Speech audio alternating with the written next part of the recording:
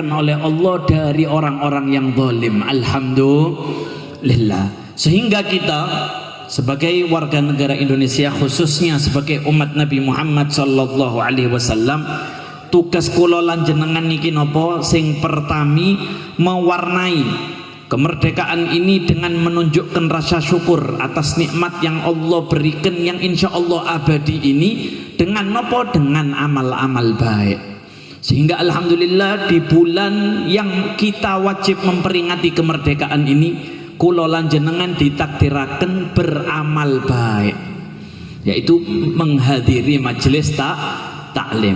Kemudian yang kedua, tugas kita sebagai warga negara Indonesia, khususnya sebagai umat Islam, yang tak kalah penting, yaitu mempertahankan kemerdekaan ini dengan penuh takwa kepada Allah Subhanahu wa ta'ala. Mboten malah memperingati kemerdekaan, ngapunten malah dengan maksiat. Na'udzubillah. Lomba boleh, justru makna lomba itu kita dihadirkan untuk menang sebagaimana pahlawan-pahlawan dulu menang melawan penjajah. Jadi maknane lomba itu nggih wonten hubungannya kali kemerdekaan Indonesia, tapi ojo sampai lombane sing sampai melanggar syariat Nabi Muhammad sallallahu alaihi wasallam. Paham ya? Nah, kemudian juga yang ketiga tugas kita, dan ini yang lebih penting, yaitu apa? Yaitu mempertahankan kemerdekaan ini dengan satu padu, bersatu, tidak mudah teradu domba, tidak mudah terprovokasi. Karena ngapunten Pak Bu, kalau kita lihat sejarah Indonesia ini, ngapunten, sudah terjajah dengan waktu yang cukup lama. Ibaratnya penjajah London itu wis towok mangan duwe Indonesia, menikmati kekayaan di Indonesia itu wis towok 3,5 abad, 350 tahun. Akhirnya gak lama beberapa ulama saat itu, dan kebanyakan ulama dari Nahdlatul Ulama, di antaranya pun sinten Kiai Hasyim Asy'ari, kemudian Kiai Wahab Hasbullah, Kiai Samsul Arifin, Kiai Haji Usmar Ismail, Kiai Sampun, dan Kiai-Kiai Nahdlatul Ulama yang lain bersatu dengan ulama Muhammadiyah yang waktu itu dipimpin oleh Kiai Ahmad Dahlan, musyawarah. Ya opo carane Indonesia ini di saat waktu yang singkat merasakan merdeka.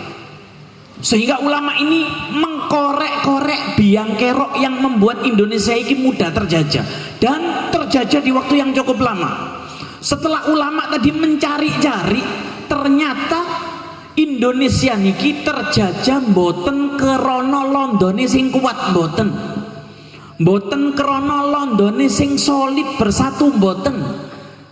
Tapi di saat ulama-ulama tadi mencari apa alasan Indonesia niki terjajah di waktu yang cukup lama, alasannya setelah ditemukan, yaitu krono nopo, krono kurangnya persatuan rakyat Indonesia. Sehingga waktu itu Pak, rakyat Indonesia itu mudah diadu domba, gampang diedu, gampang dibedakno suku dengan suku yang lain, sehingga musuhan dewe tukaran dewe, uang tekon jopo mangan duwe Indonesia.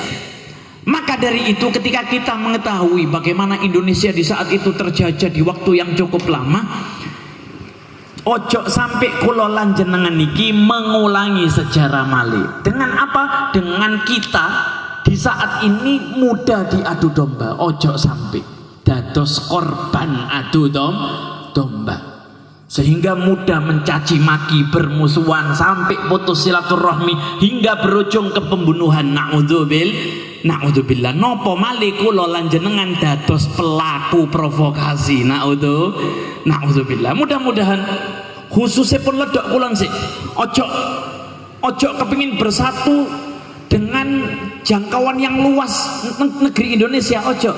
Kita lihat tetangga-tetangga kita yang kita putus silaturahmi, lang disambung silaturahmi ini. Paham ya? Nah, sehingga ada ulama yang mengatakan, dan dikutip di kitab Jawahirul Lu'lu'iyah, ulama dawuh husnul jiwar ala arba. hubungan apik kali tonggo, kali saudara sesama muslim, kali saudara sesama negeri, nggih, itu ada 4 konsep dan ini bersumber dari Rasulullah sallallahu alaihi wasallam. Sing pertama nopo? Ayyuwasiyahu bima indah. Ngopeni tonggo ketika tetangga tadi membutuhkan sesuatu yang dia tidak memiliki dan kita memiliki. Lek jenengan duwe sesuatu yang dibutuhkan tetangga, kita berikan kepada mereka. Ketika kita melakukan satu saja konsep yang bersumber dari Rasulullah, demi Allah kita tidak mudah diadu domba, tidak mudah mencaci maki antar sesama umat Nabi Muhammad sallallahu alaihi wasallam. Niki nomor setunggal. Nomor kali nopo? Wa alla yatma'a fi ma siwa. Lah sing gak duwe, sing butuh terus gak dikei kali tonggo, nggih ojo dipisui, ojo dirasani. Paham nggih? Waduh Bib, iki biyen Pak Narwan iki biyen butuh Bib, tak kei terus. Saiki aku butuh gak ditoleh Bib. Lah iki masalah. Paham ya? Ya ojo mengharapkan kepada manusia, loro sampean, Pak. Sayyidina Ali niku, Sayyidina Ali bin Abi Thalib pernah dawuh, hidup di dunia itu semuanya pahit, tapi yang paling pahit adalah berharap kepada manusia, ngarep nang tonggo dewe. Niku tambah loro ati jenengan. Ya lek tonggo jenengan apik. Dan terus lek gak apik. Paham ya? Lho Bib, aku kepingin duwe tonggo apik kabeh Bib. Ya urip nang kuburan, Pak. Krana wonten kisah niki, wonten santri. Santri niki curhat kali gurune. Kiai, saya ini kiai diuji kali Gusti Allah. Tapi diujinya duduk lewat ekonomi, sekaruan lewat ekonomi. Lah lewat apa? Lewat cocot tonggo. Aku kepingin pindah omah wis. Nggih. Akhirnya digandeng kali kiai ini. Kepingin pindah omah iki ono tanah apik, tonggoe gak ono sing nyocot. Diantar nang kuburan, Pak. Iki mlebu aku saiki. Artinya apa? Selama kita hidup di dunia ini jangan harap selamat saka cocote tonggo. Justru cocote tonggo sing elek itu mungkin cara Allah menaikkan derajatnya jenengan sedaya. Amin Allahumma amin. Nomor 3, wa ayyamna'a adza. Lek jenengan gada tonggo kok elek nggih, kok cocote elek, sikape elek nggih, ojo diilokno balik. Karena ketika kita mencaci balik kepada tetangga yang mencaci kita, di situ kita akan mudah terprovokasi, sehingga kita akan mengulang sejarah dengan negeri Indonesia niki. Mungkin secara zahir merdeka, tapi secara batin terjajah kali tonggone jenengan piyambak. Kemudian nomor 4 yang terakhir, wa ayyasbiru ala adhiyati. Lalik wis kadung duwe tonggo sing cocote munggahno derajate jenengan wau, napa solusine? Sabar. Paham ya? Nah, ketika kita melakukan 4 konsep yang diajarkan dengan ulama ini, dan ini bersumber dari Rasulullah sallallahu alaihi wasallam, demi Allah jangankan terprovokasi, jangankan teradu domba, kita membenci tetangga kita aja sedikit pun tidak, karena kita mengikuti sesuai apa yang diajarkan oleh Rasulullah sallallahu alaihi wasallam. Sehingga kita harap di bulan kemerdekaan ini hidup zahir batin kita dimerdekakan oleh Allah Subhanahu wa ta'ala dari segala hal yang tidak diridhoi oleh Allah Subhanahu wa ta'ala. Amin Allahumma amin ya rabbal alamin. Alhamdulillah, lanjut ngaji pembahasan masalah tauhid terakhir, okay? Sebelum nanti dibuka pertanyaan. Eling pertanyaannya. Napa pertanyaannya? 12 bulan Hijriah. Nggih, kudu urut. Nggih, hadiahnya napa niku? Oh, takwa nizar. Nggih, insyaallah berapapun harganya ya senajan larang iki, Pak. Insyaallah mugi-mugi manfaat. Okay. Bismillahirrahmanirrahim. Qala al-muallif rahimahullahu ila an qala wa annahu ta'ala ba'atha sayyidana Muhammadan sallallahu alaihi wasallam abdahu wa rasulahu ila jami'il khalqi. Dan kita sebagai umat yang beriman kepada Allah Subhanahu wa ta'ala wajib meyakini bahwasanya Allah Subhanahu wa ta'ala niku ngutus Kanjeng Nabi Muhammad sallallahu alaihi wasallam sebagai hamba dan utusan Allah Subhanahu wa ta'ala ila jami'il khalqi. Kepada siapa Allah tugaskan untuk mengajarkan Nabi Muhammad kepada seluruh makhluk-makhluk Allah Subhanahu wa ta'ala. Nah, sehingga disebutakan dan meriki wa qaddamal muallif al-ubudiyah 'ala risalah muwafaqatan lil hadis sahih la tatruni kama atratin nasara ibnu Maryam. Nah, di sini kita wajib meyakini bahwasanya Nabi Muhammad niku bukan cuma nabi tapi juga hamba Allah Subhanahu wa ta'ala. Dados Nabi Muhammad niki nggih menungso mung duduk kaya kula lan jenengan sedaya. Paham nggih? Nah, sehingga Nabi Muhammad pernah dawuh di hadis sahih, la tatruni kama atratin nasara ibnu Maryam. Jangan kau memujiku setinggi pujian sebagaimana pujiannya pengikut Nabi Isa kepada Nabi Isa, yaitu orang-orang Nasoro. Umatnya Nabi Isa niku Pak, saking fanatike kali Nabi Isa niku mboten ngundang Nabi Isa sebagai nabi malih mboten, tapi sampai sebagai Tuhan. Paham ya? Sampai apa? Sampai muncul agama di mana meyakini bahwa Nabi Isa adalah Tuhan. Nah, ini karena apa? Karena dari awal sejarahnya emang umat-umat rumiyin, umat-umat saka Nabi Isa niku fanatik besar, sehingga memuji dengan pujian yang tinggi, duduk Nabi Malik, tapi sampai dados pangeran. Nggih. Nah, sehingga Nabi Muhammad jangan sampai kita sebagai umatnya ini mengulang sejarah. Sebagaimana pujian umat Nabi Isa kepada Nabi Isa, sehingga Nabi Muhammad dawuh ojo muji aku koyok pujian umat Nabi Isa ten Nabi Isa. Fa innama ana abdu, krono aku senajan nabi tapi aku adalah hamba Allah Subhanahu wa ta'ala. Dawuhipun dalilnya apa? Bahwasanya Nabi Muhammad itu adalah nabi bukan Tuhan, di mana Allah Subhanahu wa taala bersabda subhanalladzi asra bi 'abdi. Di surat Al-Isra niku subhanalladzi asra bi 'abdihi lailan minal masjidil harami ilal masjidil aqsa. Allah Subhanahu wa taala dawuh maha suci Allah, yaitu aku kata Allah Subhanahu wa taala yang berhasil menyebabkan Isra wal Mi'rajnya hambaku yaitu Nabi Muhammad sallallahu alaihi wasallam. Dan ayat niki Allah ngundang Nabi Muhammad sebagai bi abdihi, hamba. Terus ayat niki sudah cukup menjadikan dalil bukti bahwasanya Nabi Muhammad adalah hamba Allah Subhanahu wa taala. Nah, war rasul, adapun definisi daripada rasul itu apa? Wahwa insan, rasul itu semua manusia. Mboten enten rasul sing malaikat, Pak, mboten enten. Mboten enten rasul jin, mboten enten. Paham ya?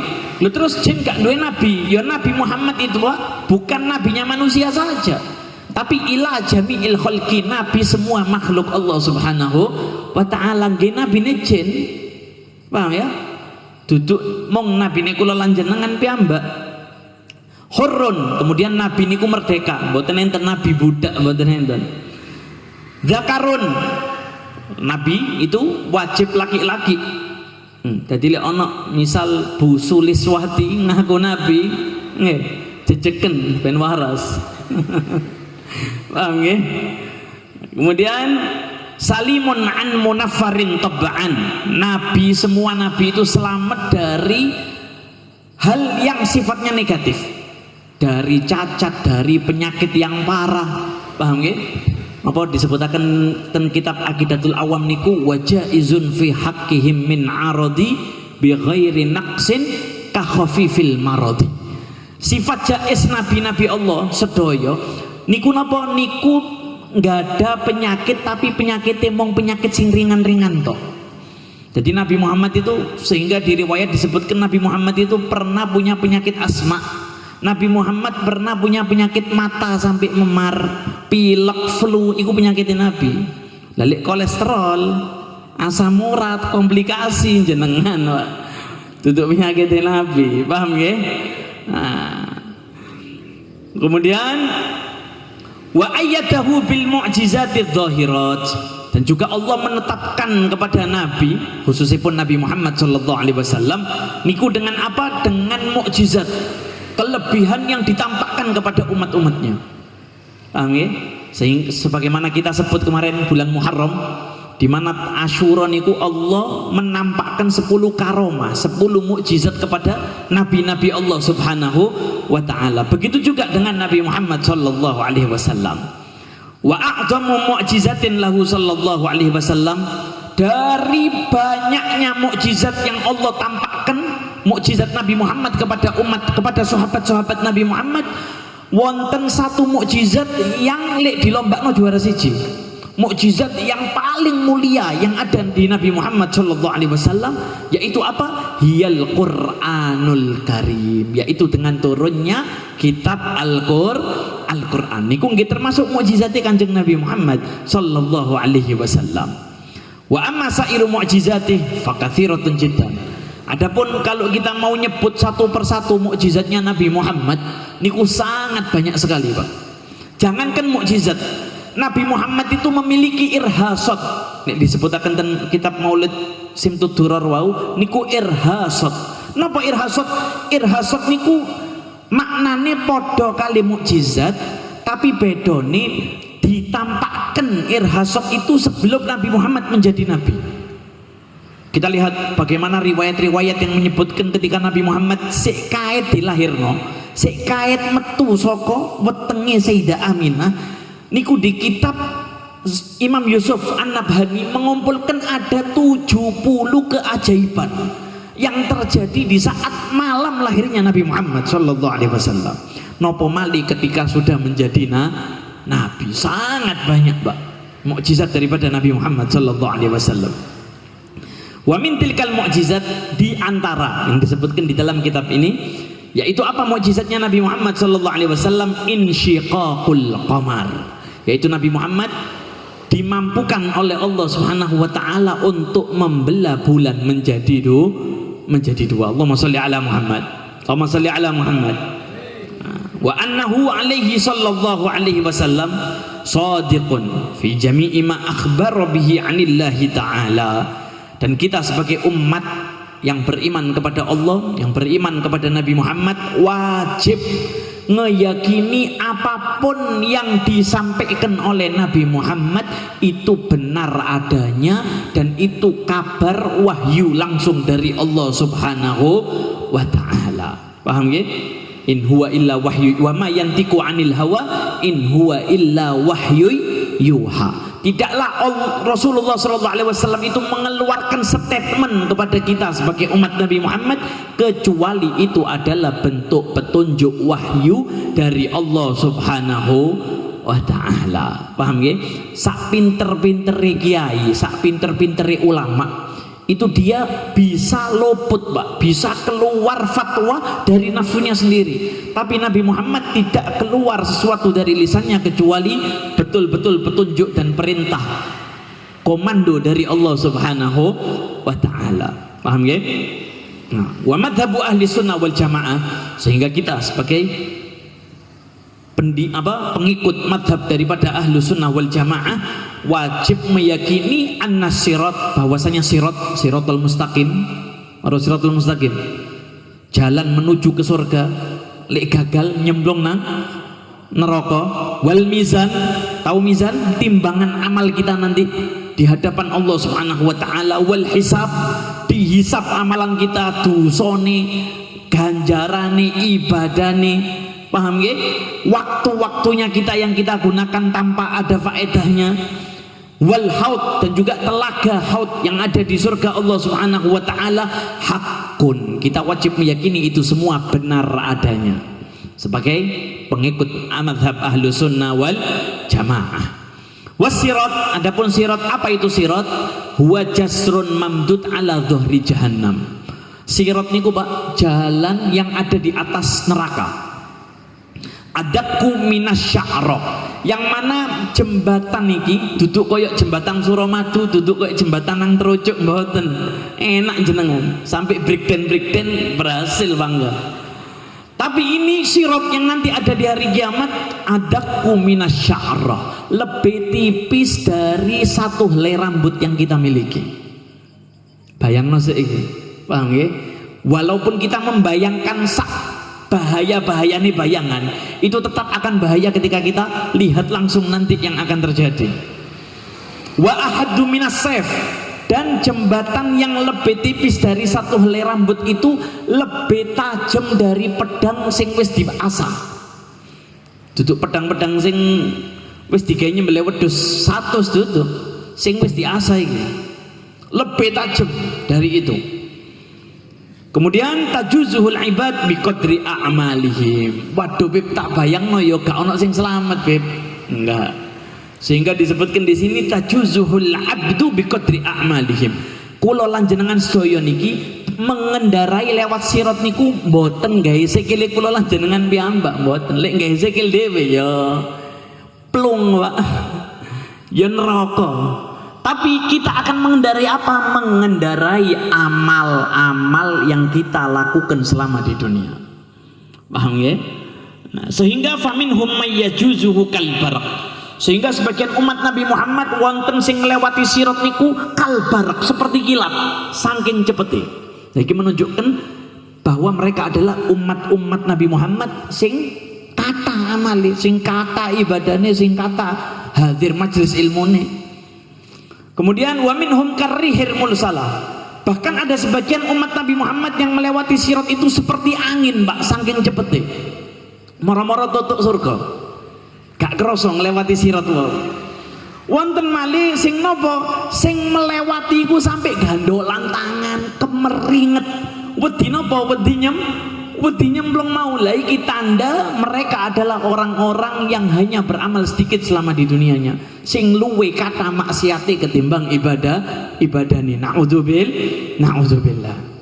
Nah, kemudian wal mizan, yang kedua timbangan. Kita wajib meyakini bahwa timbangan nanti di hadapan Allah Subhanahu wa taala itu benar adanya. Napa dalile? Allah Subhanahu wa taala dawuh wal waznu yauma idinil haqq, dan timbangan yang akan aku hadapkan kepada kalian nanti di hari akhir itu benar adanya. Lagi sing ngomong Gusti Allah Subhanahu wa taala. Faman thaqulat mawazinu faulaika humul muflihun. Sehingga siapapun dari hambaku, siapapun dari umat Muhammad yang timbangan amal ibadahnya lebih berat daripada amalan jeleknya, maka dia termasuk hambaku yang beruntung. Mugi-mugi kula lan jenengan sedaya termasuk orang yang beruntung di sisi Allah Subhanahu wa taala. Amin. Allahumma amin. Kemudian wal haud, dan juga telaga. Wa huwa al muradu bih haudu nabiyina Muhammad sallallahu alaihi wasallam. Yang dimaksud telaga di sini adalah telaga yang ada setelah sirat. Atau setelah jenengan melewati sirat kok berhasil, kemudian di jarak yang jauh itu kita akan nampak pintu surga.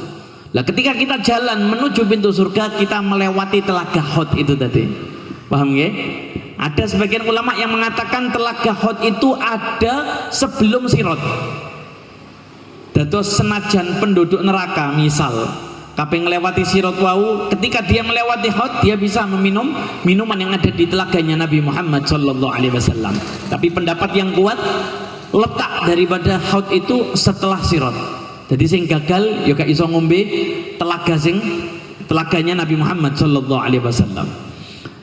Kemudian disebutkan wa huwa haudun yashrabu minhul mu'minun, dan tidak bisa siapapun minum telaga air yang ada di telaga itu kecuali tiang-tiang sing gak ada iman kepada Allah Subhanahu wa taala. Paham nggih? Lha misal telaga wonten ten mriki misal ana telaga nek kene. Nah, mboten enten. Oh kali lek ten Gresik kan akeh telaga nggih. Akeh telaga. Lah itu tidak bisa masuk ke telaga kecuali sing iso renang. Ya kan? Nah, tapi kalau telaganya Nabi Muhammad senajan jenengan iso gaya kata, gaya lumba-lumba, gaya hiu, tapi kok mboten gak ada iman datang Gusti Allah, tidak bisa merasakan air yang ada di telaga Nabi Muhammad sallallahu alaihi wasallam. Wa man syariba minhu syarbatan. Nah, kemudian disebutkan oleh ulama, dan ini bersumber dari hadis Nabi Muhammad sallallahu alaihi wasallam, barang siapa yang minum di telaga Haudnya Nabi Muhammad sak tegukan tok, ngombe sak seruputan tok, paham nggih? Lam yadma' ba'daha abada, dia tidak akan merasakan dahaga selama-lamanya. Gak iso ngrasakno ngelak. Paham ya? Nah, wa arduhu masiratu syahrin, dan lebar daripada telaga Nabi Muhammad SAW iku lek diputeri nggih, mulai kene misal iki telaga mulai kene diputeri balik malih, itu perjalanannya membutuhkan durasi waktu 1 bulan penuh baru tutup balik mana sampean, saking gedine Pak. Paham ya? Kemudian wa ma'uhu asyaddu bayadun minal laban, dan air yang ada di telaga haudnya Nabi Muhammad SAW itu putihnya melebihi putihnya susu. Wa ahla madzaqan minal asal, dan manisnya, segernya melebihi seger dan manisnya madu. Allahumma sholli ala Muhammad. Mugi-mugi kula lanjenengan sakit ngerasakno banyu daripada telaga Nabi Muhammad sallallahu alaihi wasallam. Amin Allahumma amin ya rabbal alamin. Wa ghairi dzalika min umuril akhirah, dan kita wajib meyakini segala perkara yang berhubungan dengan akhirat yang bersumber dari Nabi Muhammad sallallahu alaihi wasallam. Di antaranya apa? Hisabullah, yaitu hisabnya Allah Subhanahu wa taala atas amalan-amalan yang selama kita lakukan di dunia. Paham ya? Jadi mulai kita balik, duduk mulai lahir ya, mulai lahir gak dihisab. Misal anak bayi ledok kulon sik kait lahir wis iso miso-miso misal. Nggih, ya gak dicatat dosane. Paham nggih? Nah, mulai balik, mulai memasuki masa balik ya. Nah, itu mulai dihisab oleh Allah. Ayo kan mulai umur 15 kon pas sekolah nyeleweng kon mlebu nang kene kon pacaran nggih. Kemudian kau ganggu bojone wong misal, luwih bahaya iki. Paham ya? Kemudian kau selama jadi kades misal ndi iki duit pemasukan kas kok ndak kau pakai untuk kas sesuai catatan, ternyata duit melbu wetenge bojo sampean piyambak. Naudzubillah. Contoh nih nggih, contoh insyaallah kades itu kula niki termasuk kades yang amanah yang diridhoi oleh Allah Subhanahu wa taala. Nah, dalilnya apa adanya hisab? Allah Subhanahu wa taala berfirman waqifuhum innahum mas'ulun. Nah, ketika nanti hari kiamat terjadi, Allah Subhanahu wa taala memerintahkan malaikat untuk membuat seket, untuk membuat apa? Pagar untuk menutup manusia menuju surga Allah Subhanahu wa taala. Waqifuhum, malaikat kasih pagar tutup. Ojo mbok biarno umat Kanjeng Nabi Muhammad mlebu swarga sik. Innahum mas'ulun. Mereka akan aku tanya bagaimana umur yang mereka gunakan selama di dunia. Bayang no Pak, kita kalau flashback ya, di saat kita sekolah dulu, apa mungkin santri sing wonten sing pernah nyantri ten pondok iku lek dino Kemis, kebanyakan hari Kamis lek pondok niku iku ana apa? Wonten yaumul hisab. Ana hisab saking kiai ini. Paham nggih? Jadi Kemis pagi ku dikumpulno kabeh. Oh iki Ali selama 1 minggu sholat subuh mung ping kali tok, jadi ping 5 gak sholat dipecut. Iku dihisap kali kiai dewe, dihisap kali guru, iku nderodoke nemen Pak. Lah napa malih benjing sing ngehisap kula lan jenengan niki langsung Gusti Allah Subhanahu wa taala. Kemudian akhdul mu'min al-muti' kitabahu biyaminih wa akhdul kafir kitabahu bishimalih. Dan ketika kita akan menerima hasil daripada hisab Allah Subhanahu wa taala, sing tiang mukmin, tiang sing amal ibadahe ngajine hadir majlis taklime luwe kata ketimbang maksiate, ketimbang hadir sesuatu yang tidak diridhoi oleh Allah, maka dia akan menerima catatan baik itu dengan tangan kanan. Wa akhdul kafir, lah tiang-tiang sing kafir, tiang sing boten gada iman dateng Gusti Allah, tiang sing luwe kata maksiat ya ketimbang hadir majelis taklime niku bakal nampa amale lewat tangan kiwa. Polane napa? Polane catetane elek. Paham nggih? Nah, Qala ta'ala, dan ini ada dalilnya di mana Allah Subhanahu wa taala bersabda fa amman utiya kitabahu biyaminih, sopo teko hambaku sing nompo catatan amale lewat tangan tengene fasaufa yuhasabu hisaban yasira, maka dia akan mendapatkan hisab yang sangat ringan dari Allah Subhanahu wa taala. Wa amma man utiya kitabahu bisimale, lalik sapa mawon saka hambaku sing nampa amalane lewat tangan kiwa, lewat tangan kiri, fayaqulu ya laitani lam uta kitabiyah, maka dia akan berhayal dengan mengatakan, ya Allah coba aku gak duwe tangan rek, ya Allah coba aku gak nampa amalanku rek, ya Allah coba aku balik nang dunia maneh aku kaping ngamal apik maneh. Jarine Gusti Allah apa? Pret. Paham ya? Nah, karena itu hayalan orang yang ada di azab kubur, Pak. Pasti itu. Pasti. Paham ya? Bahkan disebutkan di surat Al-Munafikun niku, tidaklah orang yang munafik, karena suratnya jenenge surat Al-Munafikun. Dia otomatis nyindir tiang-tiang sing munafik. Ketika mereka di kuburan, mereka mengatakan apa? Laula akhartani ila ajalin qarib fa asaddaqna wa akum minas solihin. Ya Allah, coba ya Allah balik aku nang ndukur maneh. Unduren tundaan matiku sak jam wae. Niki dawuhe sapa tiang-tiang munafik. Jadi sing asline matine jam 5 sore, njaluk mati jam 6 maghrib. Ya Allah tunda 1 jam ya Allah. Fa asaddaqna, maka di waktu 1 jam terakhirku akan aku habiskan uangku untuk sedekah. Gak tak biarno duitku digawe tukaran ambek anak-anakku.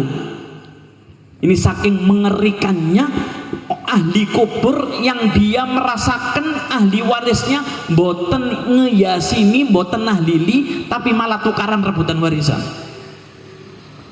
Itu hayalan yang pertama. Hayalan sing nomor kali nopo? Wa akum minas solihin. Di waktu 1 jam aku akan jadi tiang soleh. Padahal uang mbak tiang sopo mawon kepingin dados tiang soleh niku syaratnya sih kudu tirakat tahunan mbak, kudu mondok, kudu ibadah. Iki sak jam kabeh dados tiang soleh. Napa dawuh Gusti Allah? Pret nggih. Enak sak jam kabeh dadi wong soleh. Tekon ndi lewat endi pondok kilat ta. Allahumma sholli ala Muhammad. Nah, kemudian wal barzakh. Dan juga alam barzakh kita wajib meyakini itu benar adanya. Barzakh wahya al-hajiz baina syai'ain. Apa itu barzakh? Barzakh adalah alam di antara alam dunia dan alam akhirat. Ma baina dunya wal akhirah. Paham ya? Qala Rasulullah sallallahu alaihi wasallam, kana Nabi sallallahu alaihi wasallam idza farigha min dafnil mayyit, di saat Nabi Muhammad SAW itu mengikuti menguburkan sahabatnya yang meninggal, kemudian menyolati, menguburkan, setelah dikuburkan waqafa alaih. Nabi Muhammad itu gak langsung balik ten griyoni mboten. Tapi dawuh ten sahabat-sahabat yang hadir pada saat itu, istaghfiru li akhikum. Wahai sahabat-sahabatku, mintalah ampun kepada saudaramu yang baru meninggal ini. Artinya nopo? Kita masih ada kesempatan untuk memintakan ampun kepada orang yang baru meninggal. Niki dalile. Nabi Muhammad memerintahkan sahabat untuk memintakan ampun kepada Allah kepada sahabat yang baru meninggal pada saat itu. Paham ya? Nah, kemudian nomor kali wasalulahu bitathbit, dan mintalah, lakukanlah kepada jenazah ini agar dia bisa menjawab daripada jawaban malaikat munkar dan nakir. Nah, mulai tiang-tiang NO khususnya pun Nahdlatul Ulama niku lek kadang mati niku ditalkin mayit. Paham nggih? Ditalkin dengan bahasa Arab, kadang wonten sing bahasa Jawi. Dan mriki bahasa napa? Bahasa Jawi nggih. Nah, yang kurang lebih artinya, wahai almarhum, sesaat lagi akan datang kepadamu 2 malaikat yang menakutkan, tapi jangan kau takut. Jawablah dengan jawaban tenang sesuai imanmu yang kau bawa selama di dunia. Kurang lebih ngoten. Paham ya? Nah, dados niki mboten bid'ah, Pak. Niki perintah dari Nabi Muhammad sallallahu alaihi wasallam. Fa innahul an yus'al. Wahai sahabat, coba ajarkan sahabatmu yang meninggal ini biar dia bisa menjawab sesuai imannya kepada malaikat munkar dan nakir. Fa innahul an yus'al.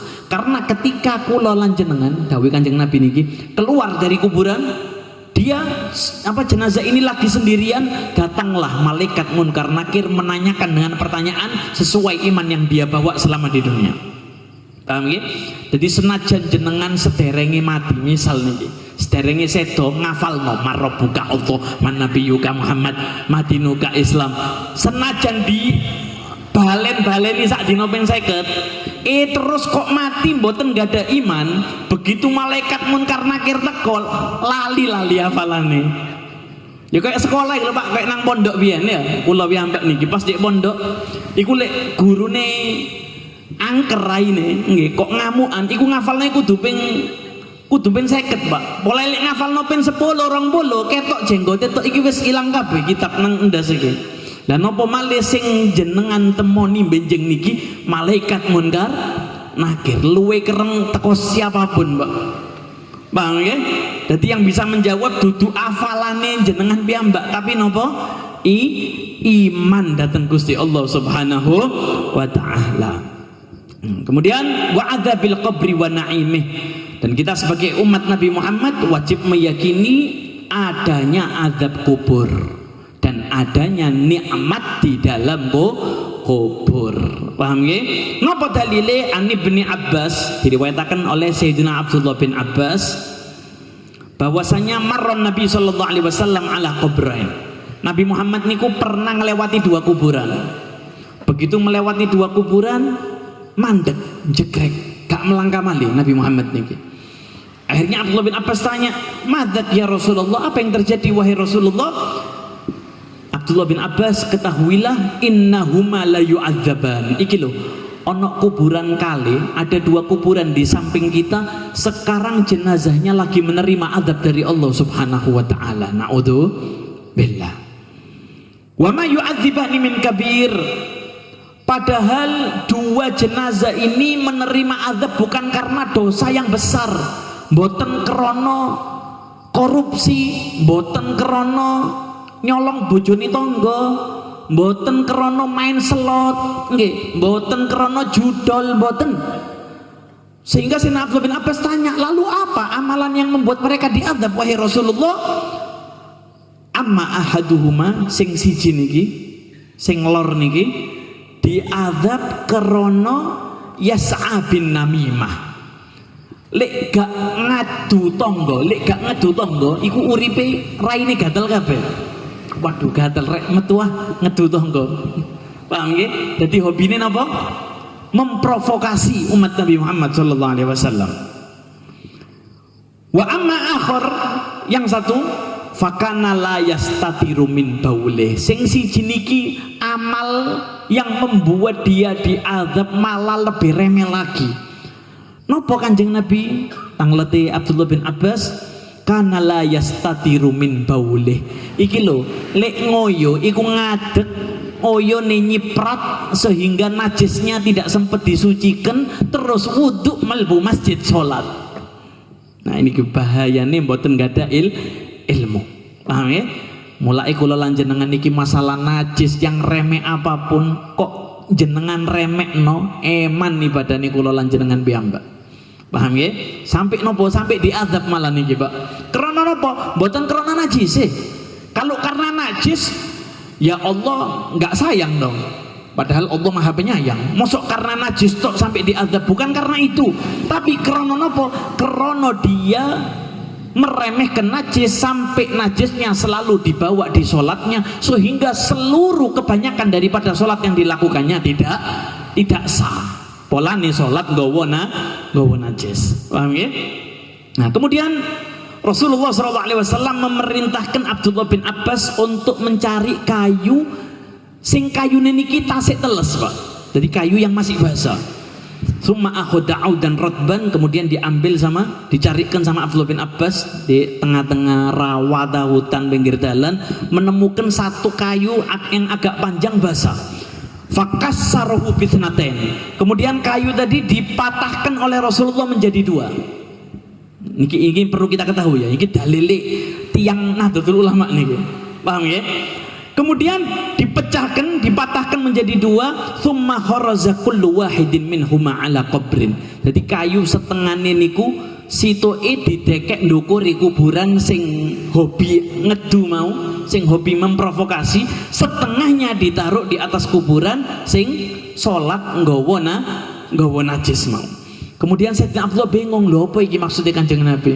Kemudian Nabi Muhammad bersabda, la'allahu yukhaffifu anhuma ma lam yaibasa Wahai Abdullah bin Abbas, aku taruhkan di atas kedua kuburan itu kayu yang masih basah dengan harapan kayu yang basah itu bisa meredam azab daripada jenazah itu selama kayu itu masih basah. Nah, mulai yang Nahdlatul Ulama itu nek nyekar kadang niku kuburannya disiram dengan harapan apa? Dengan harapan orang yang kita ziarahi selamat saka azab kubur Gusti Allah Subhanahu wa taala. Dadi lek ana sing ngomong bid'ah nggih ketaken terus kek ana dalil iki ketaken sih. Paham ya? Nah niki wonten dalil dan bersumber langsung dari Nabi Muhammad sallallahu alaihi wasallam. Allahumma shalli ala Muhammad. Kemudian wa annal Qur'an wa jami'a kutubillahil munzal haqqun, dan kita wajib meyakini bahwa Al-Qur'an dan seluruh kitab-kitab yang Allah turunkan kepada nabi-nabi yang lain itu benar adanya. Wajib meyakini itu benar adanya. Kemudian wal malaikatu haqqun, dan kita wajib meyakini bahwa malaikat itu benar adanya. Paham ya? Senajan gak iso didelok. Paham ya? Tapi benar adanya. Nah, kemudian wal jannah haqqun wan nar haqq, dan kita wajib meyakini bahwa surga dan neraka itu benar adanya. Napa dalile? Nah, Allah Subhanahu wa taala dawuh wasari'u ila maghfiratin mir rabbikum wa jannatin, dan berlomba-lombalah kau meraih sesuatu yang menyebabkan mendapatkan ampunan Allah dan mendapatkan surganya Allah Subhanahu wa taala. Niki dalile sing dawuh nggih Gusti Allah Subhanahu wa taala. Kemudian dalil neraka nggih wonten fa illam taf'alu wa lan taf'alu fattaqun naral lati waquduhan nas wal hijarah uiddat lil kafirin. Jika kau tidak mau melakukan sesuatu yang aku perintahkan, kata Allah, maka fattaqun nar, elingo benjing jenengan bakal ngerasakno neraka. Waquduhan nas, yang bahan bakarnya itu adalah manusia sendiri dan batu-batu yang panas yang terbuat dari api neraka. Uiddat lil kafirin, dan neraka hanya dipersiapkan, hanya diciptakan oleh orang-orang yang kufur kepada Allah Subhanahu wa taala. Nah, kemudian wa jami'a ma jaa'a bihi sayyidina Muhammad sallallahu alaihi wasallam, dan kita wajib meyakini apapun hadis, ucapan, perintah, larangan daripada Rasulullah itu benar adanya dan langsung bersumber dari wahyu Allah Subhanahu wa taala. Sebagaimana dalilnya disebutkan oleh Syekh Ahmad Marzuki dalam kitab Aqidatul Awam, wa kullu ma ata bihi rasulu fa haqquhu taslimu wal qabulu, dan apapun yang datang bersumber dari Rasulullah sallallahu alaihi wasallam, maka hak kita sebagai umat Nabi Muhammad, hak kita yang mengaku tiang muslim niku napa at-taslim, berserah diri. Dikongkon salat nggih terima. Paham nggih? Duduk lambene tok iya Pip aku muslim tapi salat di arang-arangan. Lah iki angel loh.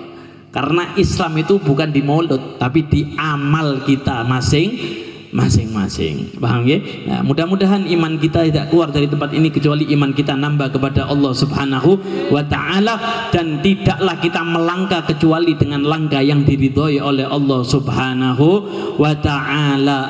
Amin Allahumma amin. Alhamdulillah telah usai kita membahas masalah tauhid. Insyaallah pertemuan ke depan 2 bulan lagi nggih. Karena bulan besok, bulan depan kita mengadakan maulid besar, maulid Nabi Muhammad sallallahu alaihi wasallam, yang sekali lagi kita umumkan insyaallah diadakan tanggal 4 September 2025. Nggih, dados mboten kemis legi, tapi kemis napa ini, Bu?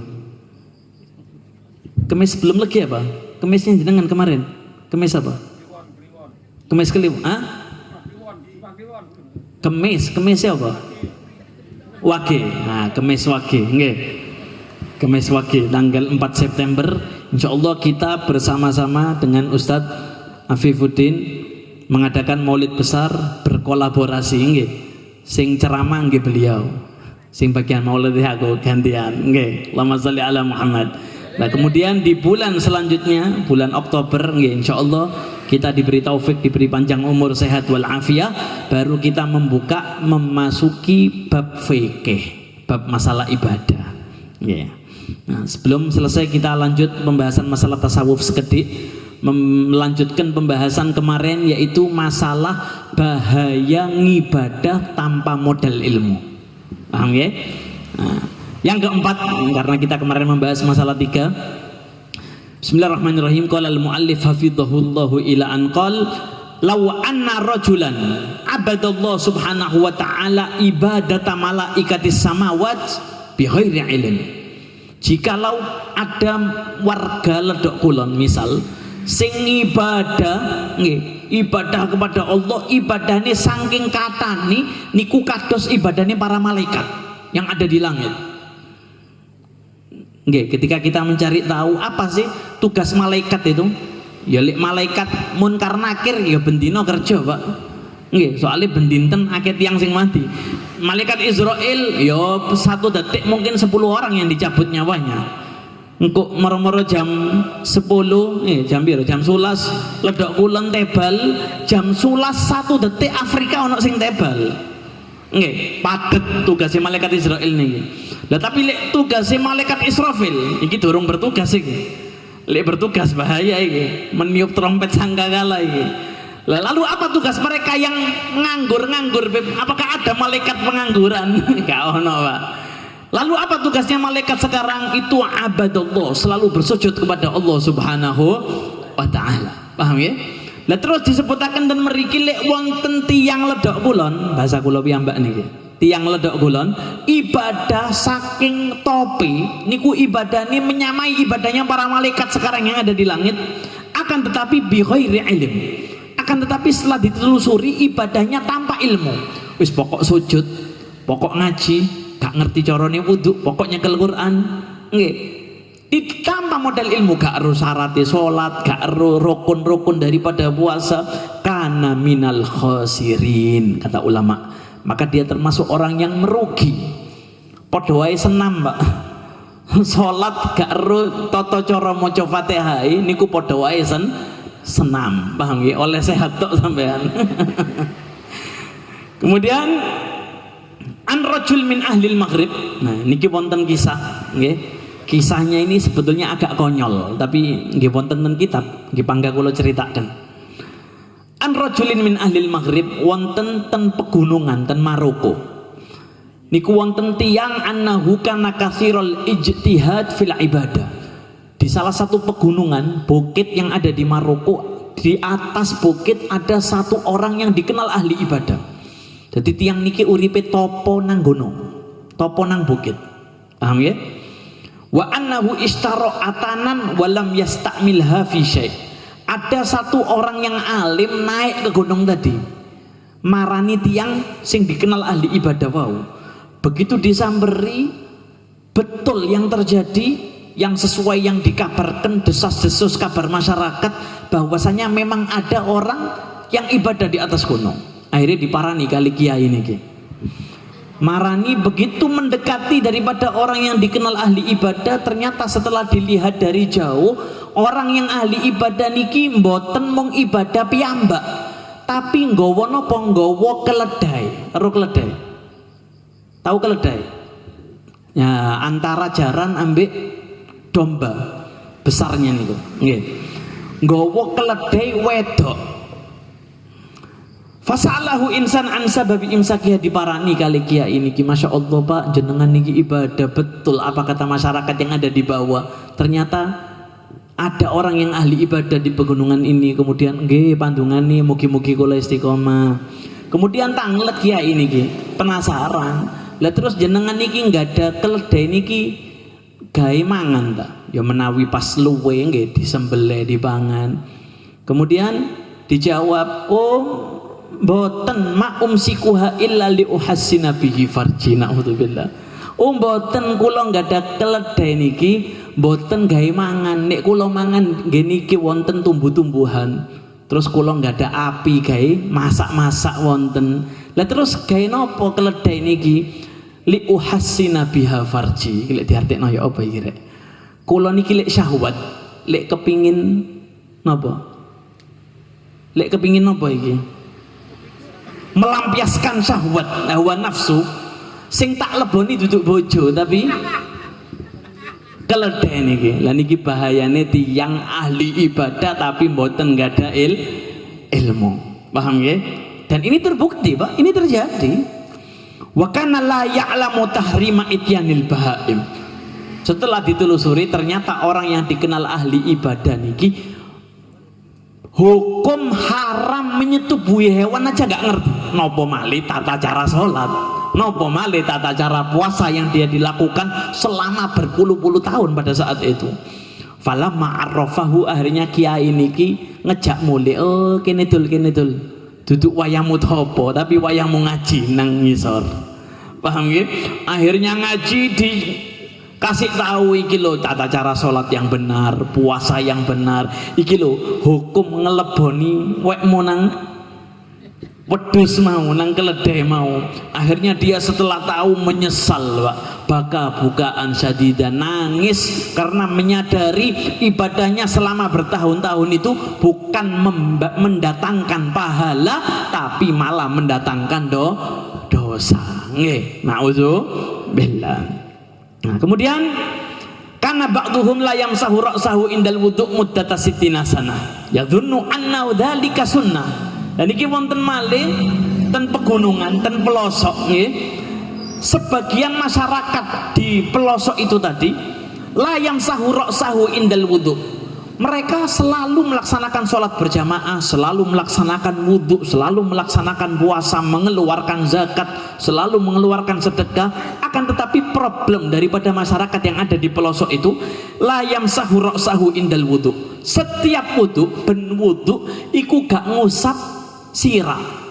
Karena nopo? Yadhunnu anna dzalika sunnah, menganggap membasuh air di kepala niku hukumipun sunnah, padahal hukumnya wajib. Nah, sehingga ada ulama masuk ke pelosok itu ningali setunggal tiang sing wudhu didelok, lho kok sirah, kok mari tangan langsung kuping langsung sikil. Akhirnya ditanya, Pak ngapunten, wudhu jenengan salah, sirah niki kudu disiram banyu. Loh, kemudian dia mengabari bahwasanya ternyata seluruh masyarakat yang ada di situ tidak pernah membasuh kepalanya dengan air ketika wudhu. Na'udzubillah. Nah ini pentingnya ngopo ngaji. Paham ya? Nah. Kemudian ada dua kisah lagi ya. Kan Al-Habib Abdullah bin Husain bin Thahir, ada ulama di Hadramut yang bernama Al-Habib Abdullah bin Husain bin Thahir. Mungkin jenengan jarang mendengarkan namanya, tapi kulo yakin jenengan ngertos karangan daripada Habib Husain bin Thahir yang sering dilantunkan di Jawa, yaitu qasidah Ya Arhamar Rahimin. Ya Arhamar Rahimin, Ya Arhamar Rahimin, Ya Arhamar Rahimin, Farij Muslimin. Niku karya saking Habib Abdullah bin Husain bin Thahir niki. Nah, beliau pernah mengkisahkan apa masa lalunya waktu dakwah. Waktu dakwah lama tola al-banadir, waktu memasuki di kota yang di kota tersebut seluruh masyarakatnya awam semua. Jadi mboten enten tiang sing ngalim, mboten enten. Jadi awam sedaya. Lama tola al-banadir, begitu memasuki kota yang dikenal orangnya masyarakatnya awam sedaya niku, beliau memasuki, setelah berapa hari memasuki kota tersebut beliau keluar. Begitu dia keluar, beliau bercerita kepada salah satu santrinya, wahai santriku, ketahuilah berapa hari yang lalu aku memasuki kota tersebut, yaitu kota Banadir namanya, kota wonten ten pundi niki kotane gak disebutaken, pokok Baladul Kabir, kota yang cukup besar pada saat itu di Arab, di Arab, ya, di benua Arab. Ketika aku memasuki di sana, abtolna thalathami'ati akdin wajadnaha fasidah. Aku membatalkan, mengulangi akad nikah 300 pasangan suami istri. Padahal suami istri ki wis duwe anak, wis duwe putu, tapi ternyata setelah diselidiki masyarakat iku lek rabi, iku gak atik saksi, gak atik wali. Langsung kontak rabi, sah. tak gatel lah ngene. Lah enak ini ya rabi kabeh. Saya nikah kamu sah ngono gak ana wali mboten enten saksi. Lah sehingga sing wis duwe anak putu iki kejadian nikah niki mboten sastoyo, sehingga bukan terjadi pernikahan malah terjadi perzinahan. Jadi anak-anak zina kabeh iki akhirnya dibatalno. Ayo kumpul kabeh 300 pasangan suami istri nggih. Iki wis suami istri sing wis melakoni penceng-penceng, sing wis tukaran rabi maneh iki. Krana napa? Krana rabine rumiyin mboten sah. Akhirnya Habib Abdullah merasa dia ulama, mengetahui hal itu ternyata terjadi, dia wajib nahi munkar, wajib mengasih tahu, memberitahu. Akhirnya kok subhanallah masyarakat awam ini ku nggih gelem, nggih percaya kali ulama. Paham ya? Nah, terakhir niki wonten kisah lucu, Pak. Tapi kisah ini terjadi, disebutkan di kitab Fawaidul Mukhtarah. Dakhala rajulun al-qaryah. Ada satu orang masuk ke pelosok, dan satu orang iki nggawa surban nggih, nggawa sarung putih, kelambi putih, takwa putih, minyak wangi, hatta yadhunna ahluha annahu minal ulama, sehingga masyarakat yang dimasuki oleh orang ini merasa waduh ana wong alim iki rek, ana kiai rek. Paham nggih? Lagi bahayane napa? Bahayane anake kiai nggih gak ngaji tapi wis kadung dadi anake kiai akhirnya keminter. Paham ya? Lagi bahayane tiang keminter. Gus Bahak niku nate dawuh uang goblok iku bahaya, tapi keminter luwe bahaya, luwe medeni malih, Pak. Lek goblok meneng si enak nggih. Lah iki goblok fatwa, goblok ngehukumi, goblok ngurusi masyarakat, akhirnya tambah keblinger. Paham ya? Nah niki tiang keminter wau wis kadung gawa gamis nggih, wis kadung Habib. Lah iki angel iki Habib tapi tidak membawa warisannya kakeknya. Kiai anaknya tidak membawa warisan ayahnya. Niki bahaya. Paham ya? Tapi wis kadung, Pak, mlebu ten kampung tiang awam mau wis kadung gawe gamis, sehingga masyarakat ini sudah terlanjur prasangka baik. Kiai, monggo kiai pinara, akhirnya diundang acara. Paham ya? Begitu tengah-tengah diundang wau perkumpulan dengan masyarakat awam, fawajadal mayyit, wonten pengumuman jenazah, wonten pengumuman orang meninggal pada saat itu. Fa'amaruhu ayu ghasilal mayyit, sehingga masyarakat niki bersepakat untuk memerintahkan orang yang disangka alim niki untuk memandikan mayit. Waduh, mumpung rek ono kiai jarene. Kiai monggo kiai ngadusi mayit iki jero atine kiai sing abal-abal iki. Waduh, blae niki rek. Paham? Tapi wis kadung dianggap kiai nggih. Wis kadung keminter mau, lek dadi goblok lak hina. Lek ngaku goblok lak sungkan. Akhirnya oh ya, saya mandikan, mana jenazahnya? Nggih. Akhirnya diantarkan ke rumah jenazahnya. Wa kana la ya'rifu kaifiyata ghusl mayyit. Lah sedangkan kiai sing keminter niki mau mboten ngertos carane pun ngadosi mayit. Tapi karena wis terlanjur gengsi mau paham nggih, wis kadung diprasangka baik oleh masyarakat. Falamma ghassalahu, ketika dia dihadapkan di depan jenazah mau geter kabeh Pak tangane, Pak. Wong biasa ngadusi awak dhewe boloten kok ngadusi wong, ngadusi mayit. Paham? Karena dia gengsi, masyarakat tadi disuruh menjauh. Wis ngadok iki urusanku jarene. Iki urusanku, ditutup sama tirai. Ditutup ambek apa? Apa tirai iku bahasa kene? Selambu, ditutup kali selambu. Begitu ditutup kali selambu, ghasalahu, dia tuh si ambek bingung iki. Cara malikno wae bingung. Cara membalikkan jasad jenazah wae bingung, Mbak. Saking bingungi pas diwalik ke perucut tiba wa dakhala majral ma, melbu selokan. Paham nggih? Melbu selokan. Akhirnya bingung iki, waduh ya apa iki rek. Dan selokannya pada saat itu airnya deras, Pak. Jadi katut banyu arus, hilang wis jenazah. Lah iki tirai ngenteni wong-wong nang njaba iki. Kok suwe iki kiai ini? Paham? Dinteni. Akhirnya dia bingung mikir ya apa carane ngakali iki rek. Begitu dia mikir 15 menit nemu, oh iya dibuka tirai. Lah wong-wong iki ndelok karek siji lho dipangan nah. Sumanto ta iki modele ojo-ojo. Akhirnya tanya, "Wainal mayyit? Mana jenazah yang kau mandikan?" Kemudian qala lahum khaifah, dia menjawab dengan sok santai padahal gemeter. Paham ya? Padahal derotok. Ngomong apa? Hadza mayyitukum waliyun min auliyaillah. Iki mayitmu ternyata wali. Akhadahul malaika. Mau pas tengah-tengah tak sabuni diangkat kali malaikat digawa nang Gusti Allah Subhanahu wa taala. Naudzubillah lagi. Betul jarine Gus Baha. Wong keminter iku luwe goblok, luwe bahaya. Paham ya? Nah, sebagai penutup saya ada cerita. Kula nggak ada rencang, nggih. Kula nggak ada rencang Habib niki, Habib Abid Alidrus, asli Gresik. Beliau teman seperjuangan saya waktu mondok. Beliau waktu pulang dari Yaman, beliau ada tugas untuk dakwah di salah satu kota terkecil. Gak tak sebut no kota niki. Kota niki ndukure Solo. Nah, mungkin anak sing ngerti. Nggih, kota atasnya Solo, Solo Munggah. Di situ dia dakwah selama 3 bulan. Subhanallah, Habib Abid niki rencang kula niki dipertajos kali masyarakat untuk khutbah Jumat, untuk memimpin acara-acara mingguan yang ada di sana. Bahkan di saat itu ada kejadian mayit. Nah niki ceritanya podo kali ini tapi beda. Paham judulnya tok podo. Di umumaken Habib Abid niki, Beb, ada jenazah Beb meninggal, monggo nanti jenengan nyolati. Oh iya, yang mandikan ada. Oh ada sudah Beb, ada mudin sini bagian yang mandikan, bagian tugasnya. Jenengan diminta untuk mengimami sholat jenazah. Oh iya, nanti jam berapa? Jam segini Beb.